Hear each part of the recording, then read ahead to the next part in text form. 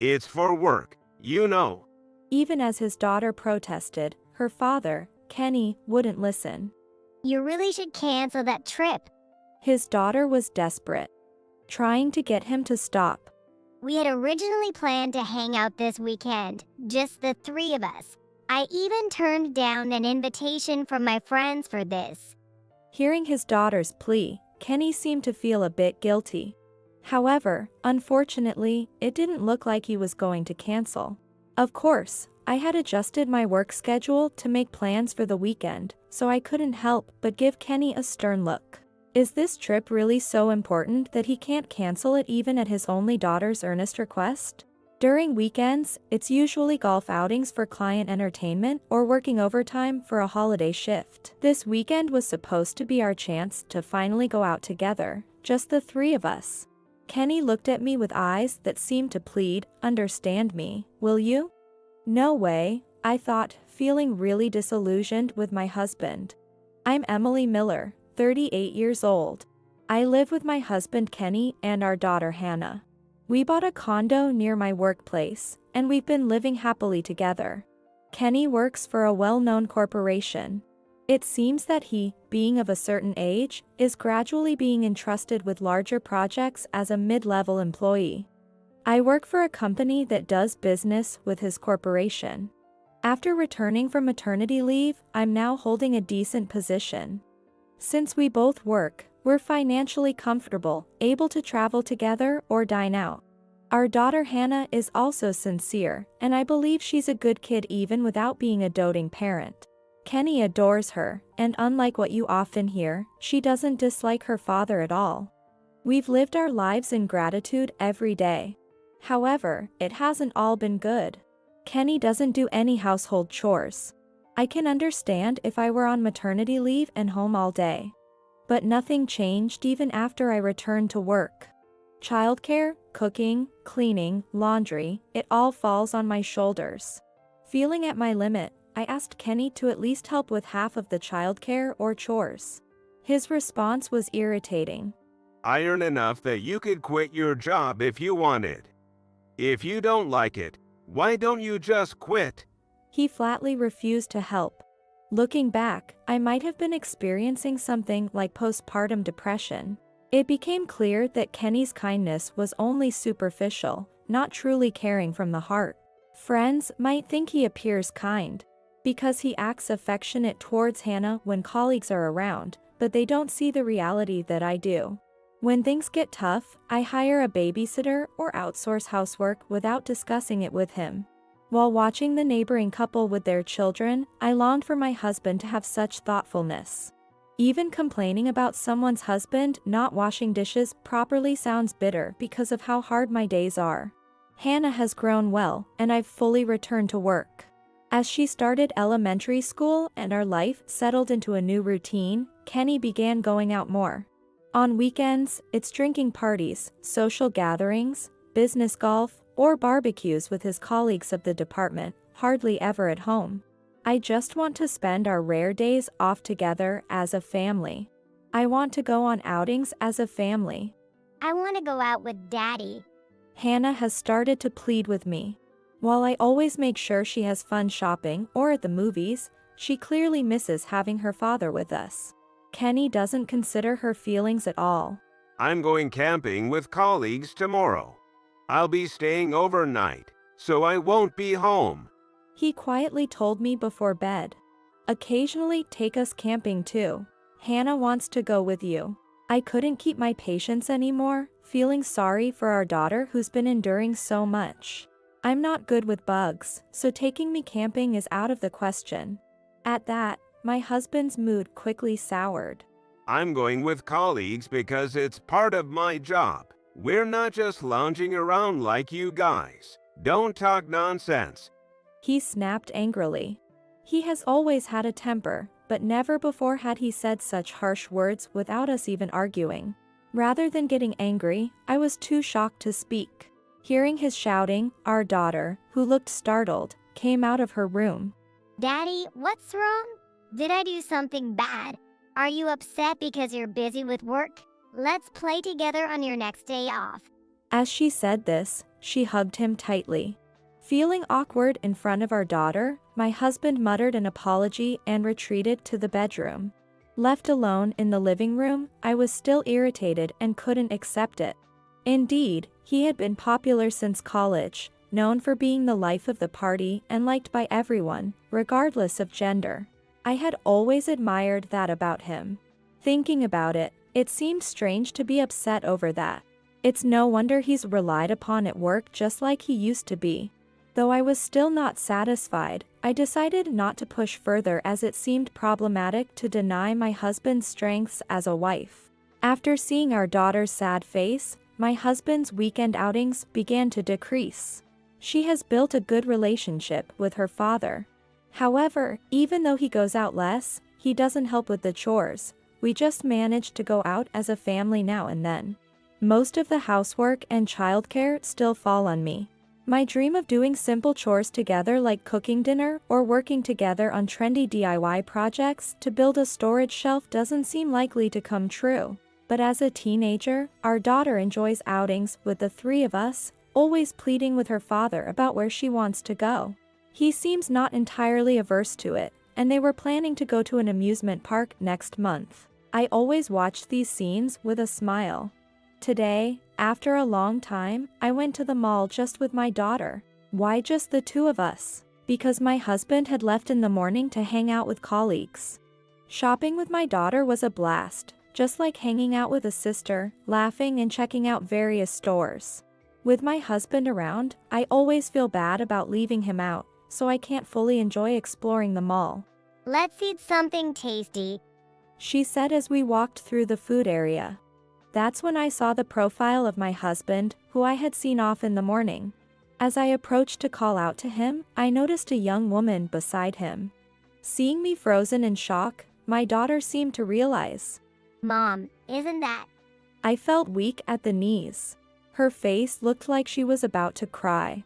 He said he was with a colleague, so maybe that's who it is. Trying to stay calm, I spoke to her. That can't be right. Even I can see it. It's obvious Dad is cheating. I didn't tell you, but I've suspected it for a while now. Her words shocked me even more. I thought he was just hanging out with colleagues. Maybe I was just being oblivious. Overwhelmed with disbelief, my daughter added more. Actually, I've sometimes peeked at Dad's phone.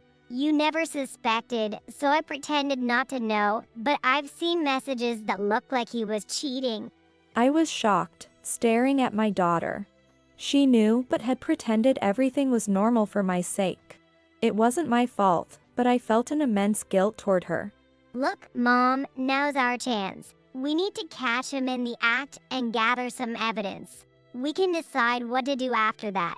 Unable to accept reality, she pulled me along as we followed my husband. He was sitting at a travel agency counter with that woman. To avoid detection, my daughter and I walked past the area, only to find a page from a Florida travel brochure open. They were leaning in close, laughing quietly as if they were planning a romantic getaway. He's never even discussed going on a trip with us, but he seemed happy to be planning one with his affair partner. It was heartbreaking, considering how happy he used to be just going to the local amusement park. I wanted to scream out loud, but in front of my daughter, I couldn't, and my mind went blank. I don't even remember how we got home. They say extreme shock can cause memory loss, and that was exactly what happened. Lately, Dad's been saying he has sudden business dinners and will come home late, so we should go to bed first. Sorry. Only upon hearing the voice of my daughter did I snap back to reality. Half a month later. I'm going on a trip for a week starting tomorrow. He said it nonchalantly. When I asked where, he said it was a company retreat. In my mind, I muttered, so it's that cheating trip. It's sudden, isn't it? Who are you going with? I almost confronted him, but asked calmly as usual. It's a work trip, a company outing. I'm going with the usual colleagues. Must have forgotten to tell you. He continued to feign ignorance. While inwardly calling him a big liar, I was curious to see how he would lie his way out. Hearing us, my daughter came over. Dad, what are you talking about all of a sudden? Didn't you promise to hang out with me tomorrow? She must have realized it was the cheating trip. She tried to stop him, talking more earnestly than usual. Her desperate plea didn't work this time. In the past, persuading by my daughter had been foolproof, but it seems impossible today. It's a work obligation. My husband maintained his innocence. You really should cancel that trip. My daughter pressed him again to cancel it. I listened to their exchange with a pounding heart. Sorry, let's go when I have a day off from work. These work obligations are important too. With that one statement, something inside me snapped. Not only my daughter, but I too had hoped to let his affair go if he had taken this advice into consideration. I felt no anger, pain, or sadness anymore. It was more like a sense of emptiness, as if a hole had opened up in my heart. Unaware of our feelings, my husband started packing for his trip tomorrow. He left early the next morning. A week later, he returned late at night. He seemed in high spirits, possibly influenced by a bit of alcohol. Samuel, my colleague, you see. He began with what seemed like a fabricated story. After he finished his story, he said he was tired and quickly went off to bed. I sighed as I put away his things, telling myself this was the last time. The next day, still looking tired, he said, "Wonder if everyone at work is doing well," and left for work, unaware of what awaited him. An hour later, around the time I figured he would have reached work, my phone rang. What did you do at work?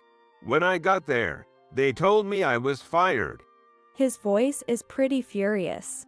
He must have been summoned by his boss and given a severe scolding. Plus, he was probably given cold looks from his subordinates as well. It was expected since I had made sure to lay the groundwork while he was away. "I don't know what you're talking about. I have to go to work now, so don't bother me," I said sharply and hung up. I figured he must know I was feigning ignorance, but I was tired of being nagged over the phone. A few hours later, my husband stormed into my workplace. I was told I'm fired because I went on an unauthorized trip with another woman for a week. What's this about?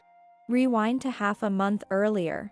Still reeling from the shock, my daughter had said to me, Mom, I'm on your side. I've even taken photos of the affair messages to help if needed.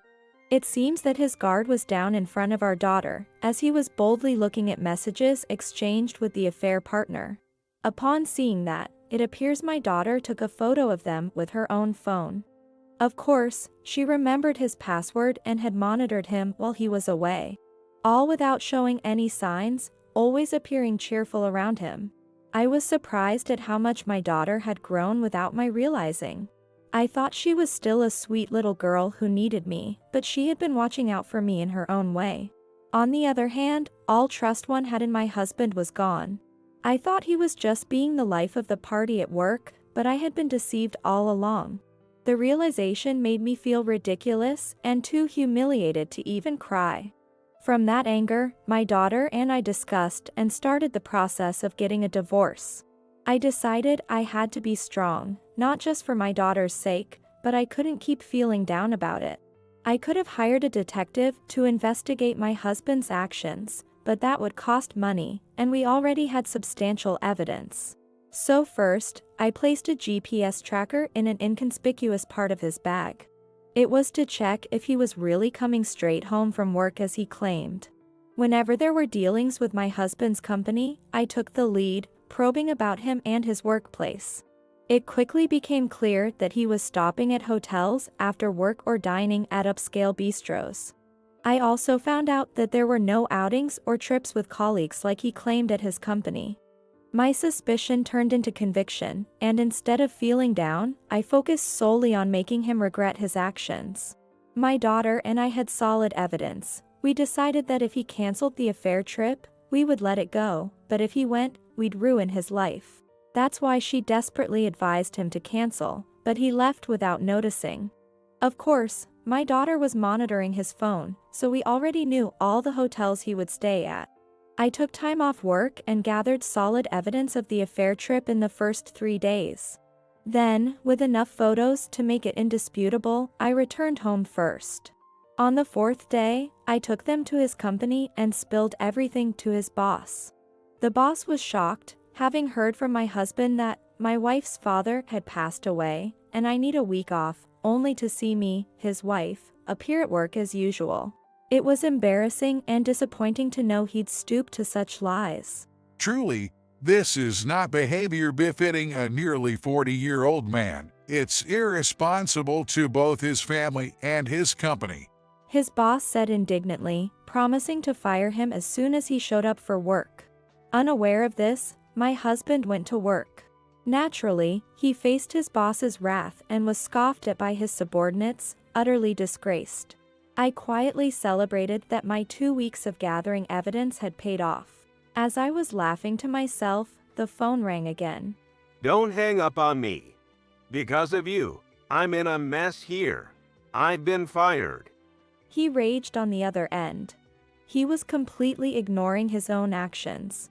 I didn't ask for you to be fired. Isn't it your fault? After all your cheating and messing around with other women, don't blame me. And don't make up my parents' funeral. That's just bad luck. This isn't a child faking a sick day. Once I started, I couldn't stop. The things I've been holding back all this time suddenly came pouring out like a dam breaking. I unleashed a torrent of verbal abuse just to get it off my chest, and then issued an ultimatum.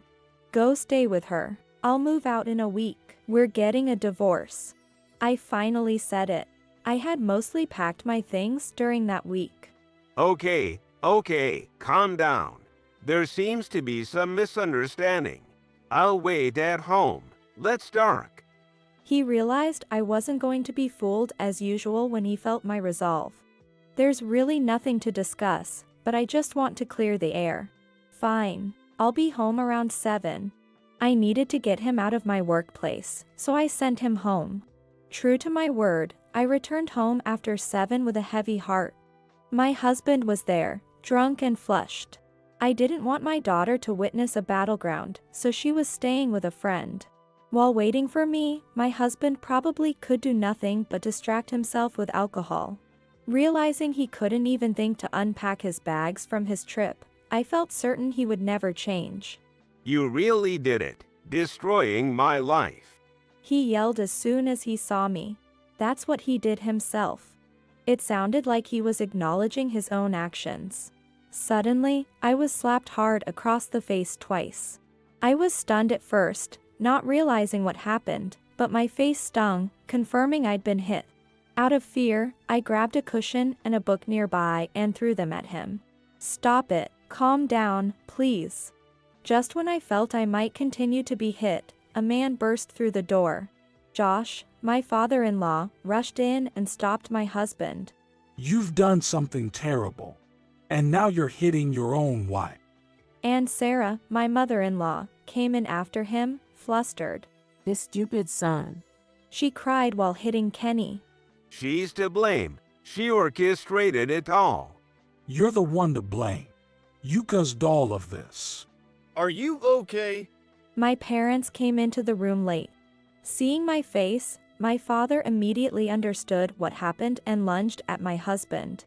How dare you do this to our precious daughter? You've hurt her, both emotionally and physically. He was completely beside himself. It's okay now. You don't have to endure anymore. My mother said as she hugged me tightly. Relieved, I started crying. After a few slaps, Josh grabbed Kenny's head and turned him to face me. I'm terribly sorry for what he's done to your daughter. He apologized profusely to me and my parents. I'm really sorry, Emily. I can't apologize enough for what my son has done to you and Hannah. I don't know how I can ever make amends, Sarah said, crying as she apologized to me. Sarah, it's not your fault.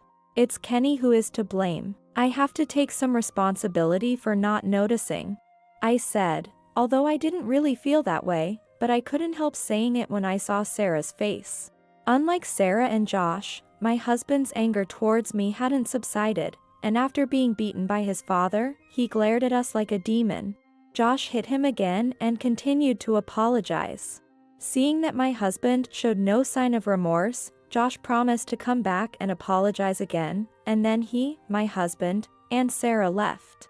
My parents, worried, couldn't stand to leave things as they were and suggested that my daughter and I should come back and stay with them until things calmed down. Everything was finally over, and exhausted both physically and emotionally, I gladly accepted their offer. My daughter and I began living with my parents.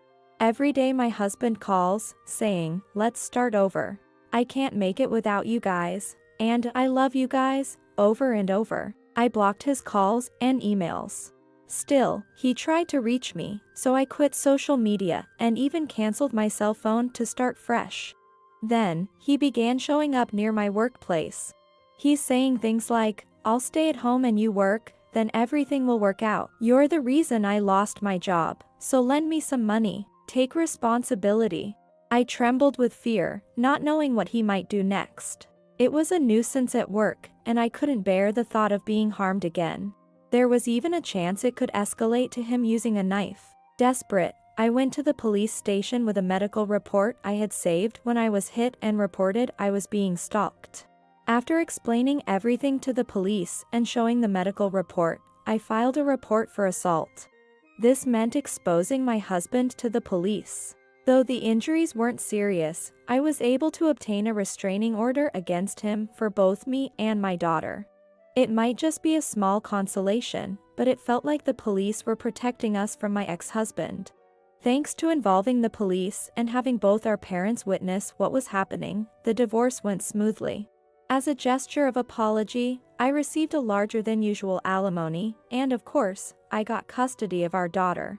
With that money, I decided to buy a condo near my workplace, and we moved there. I plan to receive child support payments from him every month. The reason it's just a plan is that after being fired, my ex-husband hasn't been successful in finding a new job. He was always more about delegating to others than doing actual work, which, unfortunately, hasn't served him well in securing new employment. He can't seem to hold down a job for long. Josh and Sarah have offered to pay child support instead, but I want to draw a line there. Certainly, for Josh and Sarah, who consider their only granddaughter very dear, I won't stop them from visiting her regularly and providing some gifts. While I can't accept a large sum of money, I believe it's a win-win situation for both Hannah and my in-laws to receive presents like the clothes she desires. I even hope for them to continue this good relationship in the future. Now that everything has settled down and we've moved into the new condo, my daughter and I support each other and live our daily lives together. I've been entrusted with more responsibility at work, and my income has significantly increased. We live comfortably, just the two of us, without needing anyone's help. Living near my parents, we spend a lot of weekends together, and my daughter is dearly loved by both sets of grandparents, growing up healthy and happy. My kind daughter wants to become a nurse and is studying for college entrance exams. Recently, I met a serious-minded man at work, and we've started going to cafes together occasionally. I'm thinking of having him meet my daughter once I'm more certain about him. My daughter is about to celebrate her 20th birthday. As we choose her birthday gift together, I am touched by how much she has grown. Going forward, I look forward to continuing our close and fulfilling life as mother and daughter.